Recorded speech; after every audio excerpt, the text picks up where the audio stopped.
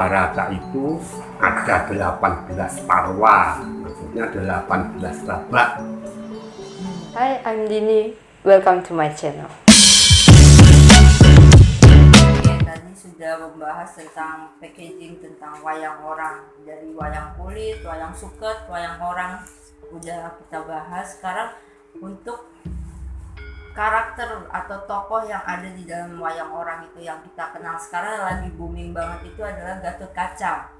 Nah, Gatot Kaca sampai ada juga sebagai pahlawan di Mobile Legends, di game online Pak, ada. Untuk karakter Gatot Kaca sendiri di dalam India itu sendiri tuh kayaknya tuh nggak terekspos banget gitu loh Pak. Tapi kalau di sini kok ada yang namanya lakonnya tuh Gatot Kaca Raja, Gatot Kaca Nagih Janji, atau Gatot Kaca Edan, itu tuh juga ada gitu loh. Nah, itu awal mulanya gimana Pak perkembangan itu kok bisa dibuat gitu? Bukan hanya Mahabharata yang sudah mendunia, tapi juga wayang sudah mendunia. Yeah. Nah, dengan perbedaan-perbedaan cerita itu dalam satu pagelaran, kalau wayang itu pasti ada yang saya katakan tadi, ada ceritanya, ada tokohnya, ada paraganya atau penokohnya yang harus membawa karakter dari tokoh tersebut. Nah, itu juga tidak lepas dari perkembangan dari daerah masing-masing yang menerima cerita itu dan mendapat masukan dari pakem-pakem yang banyak jumlahnya. Jadi seperti Solo itu Antasena itu juga Antarjo. Tapi kalau di Jogja itu ada Antarjo. Jadi dua orang. Ada Antarjo, Antasena. Nah, itu kan jadi berbeda. Sedangkan ceritanya di dalam Mahabharata maupun di dalam pakem pedalangan itu kan macam-macam ceritanya. Yeah. Nah, itu terus oleh si pengusaha pertunjukan ini mencari penonton. Dengan sendirinya penonton itu kan mesti ada idola. Mesti ada idola. Makanya dari 18 parwa Mahabharata terus menjadi beberapa puluh parwa karena disesuaikan dengan kepribadiannya. Nah, itu terus ada yang menulis sesuai dengan zamannya. Zaman yang dulu itu sebelum berkembang banyak sekali pakem, itu hanya dari Mahabharata. Gatot Kaca itu dilihat kronologinya. Dia adalah putra dari Bima. Ibunya adalah Dewi Arimbi. Arimbi itu dalam buku-buku itu dikatakan bahwa itu adalah saudara Arimbo dan anak Arimloko atau Tremboko. Tremboko itu kalau di Indianya sana atau di Mahabharatanya sendiri itu orang di dalam hutan. Tapi kalau di tempat kita kok sayang bener suaminya Bima yang jadi idolanya penonton kok hanya orang dari hutan saja. Terus ada cerita lagi bahwa Tremboko itu adalah berasal dari kerajaan. Terus kalau di India sendiri itu Gatotkaca karakternya ya cuman begitu. Jadi tidak begitu nampak sekali karena di sana mungkin atau di sini kalau karakter begitu saja tidak bisa menjadi idola.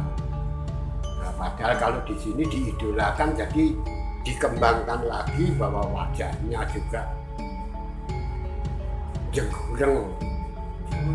Jenggureng itu orang Garang. yang seperti garang gitu, tapi jenggureng orang medeni tapi tidak menakutkan. Jadi terus jadinya berwajah gagah, tampan. Nah itu kan ceritanya, nah itu terus dicari lagi, ada ceritanya lagi, gimana toh itu kok bisa ada Gatotkaca. Nah dalam pakem pedalangan itu ada cerita balik golo-golo Kurawa dan Pandowo dikasih tempat untuk jadikan kerajaan. Dalam pembagian kerajaan aslinya itu dikasih tempat suatu pesanggrahan atau istana, tapi dari bahan yang mudah terbakar. Di apa ya, oleh Kurawa difitnah terus dibakar istana itu. Kalau orang-orang lain mengatakan dikasih istana lilin tuh, India apa itu kan ada istana lilin, Iya. ditebakarnya mudah terbakar. Kalau di sini istana ya kayu biasa, cuma diisi sendowo peledak.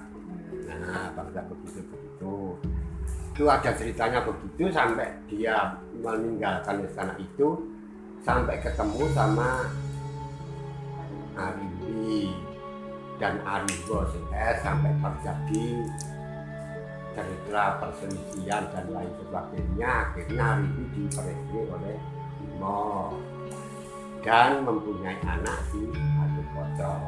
Nah ini memberi karakternya anaknya ini juga tidak melepaskan karakternya orang tuanya. Itu dibangun karakternya itu. Makanya karakternya beda, karakter dari yang India, karakter dari yang mana gitu sama karakter yang dari pedalangan itu beda. Tuh. Terus ceritanya dari itu terus nyambung parwa yang lain, menceritakan yang lain. Ini cerita ini ditinggalkan. Nah ini terus direkayasa, ini diurutkan, dikronologikan gitu. Oh ini ada begini, ini bisa aja ini. Pada waktu ini pergi, ini jadi ini jadi ini. Dan itu dijadikan itu aja di tayangan, jadikan itu. Jadi pakemnya terus jadi banyak untuk mengejar banyaknya cerita sama mengejar datangnya sang penonton yang mengidolakan itu agar bisa tetap jadi tontonan yang diidolakan oleh penontonnya. Aku jadi banyak itu buat sendiri, itu namanya pakem carangan. Untuk memperpanjang kisahnya si Gatotkaca itu dicarang lagi. Misalnya begini dikasih itu. Makanya ada Gatotkaca Edan, ada Gatotkaca Rantai, Gatotkaca itu hubungannya dengan tokoh-tokoh yang lain. Tokoh-tokoh anak Pandawa ini Gatotkaca sudah punya suami, tapi ini saudaranya mau kawin, ada orang Astina yang ingin memperistri ini dengan cara mencuri pusakanya Gatotkaca. Nah gitu, jadi itu mesti disambung-sambungkan gitu. Makanya pakem itu sekarang jadi beratus-ratus untuk pentas itu dan tidak bisa dipermasalahkan. Jadi yang benar itu gini, enggak ada itu gitu, enggak bisa. Soalnya itu carangan, diurutkan saja susah kok. Tapi berarti kalau misalkan ada yang mau buat pentas lagi tapi dengan cerita yang baru tidak mengikuti pakem yang sebelumnya gitu gimana? Ya nggak apa-apa, itu kan usaha untuk mencari penonton, untuk mencari lebih baiknya pagelaran itu. tanpa mengurangi karakternya. Ya, karakternya dia pakai karakter itu, pakai karakter yang sudah ada dan sudah menjadi idola. Ceritanya itu karakter orangnya itu sudah menjadi idola penonton. Banyak lakon yang tidak diketahui oleh penonton, soalnya banyak yang tidak diidolakan. Jadi umumnya orang pentas wayang orang atau wayang kulit itu ya idolanya itu Pendowo, makanya ceritanya mesti ada Pendowonya agar nonton gitu. Makanya terus keluar mesti lakon ada ini terus.